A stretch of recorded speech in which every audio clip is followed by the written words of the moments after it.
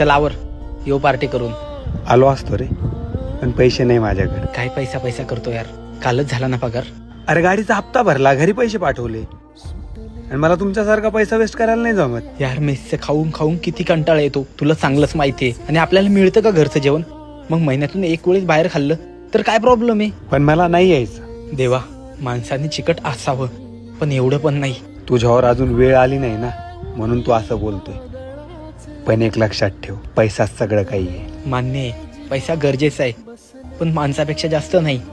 आणि माझ्यावर वाईट वेळ येणार नाही, कारण मी मित्रांवर पैसे उडवतो, आणि मित्र तिथं सुद्धा काम येतात जिथं पैसाही येत नाही.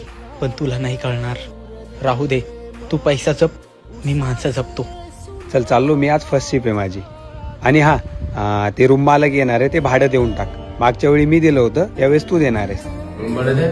हो.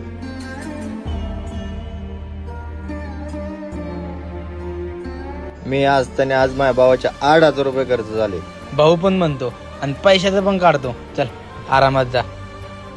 दादा पैसे होते बघा, पण माझ्याकडून खर्च झाले. मी लवकरच देतो. मला काय माहिती नाही, रात्रीपर्यंत पैसे जमा कर, नाही तर रूम खाली कर. तुझ्यासारखे लय बघ तुम्ही. यार आता काय करू? मित्राला कॉल करतो.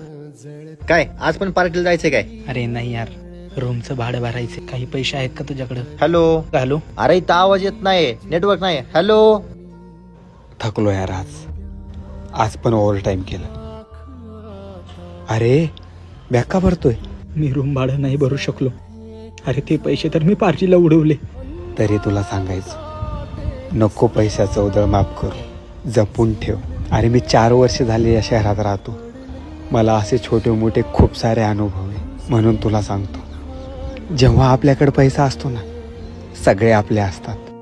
आणि ज्या वेळेस आपल्याकडे पैसा नसतो ना, त्यावेळेस सख्खे पण साथ सोडतात. मला माफ कर यार मित्रा, पूर्ण चुकी माझी असताना सुद्धा आज तुला माझ्यामुळं रूमच्या बाहेर निघावं लागलं. नको एवढा विचार करू. भूक लागली असेल ना तुला, चल काहीतरी खाऊ. पैसे? 3 दिवस झाले मोबाईलचा रिचार्ज संपला, पण मी नाही केला रिचार्ज. म्हणलं जाऊ दे, करता येईल. ठेवतो तेच पैसे, येतील कुठेतरी कामी.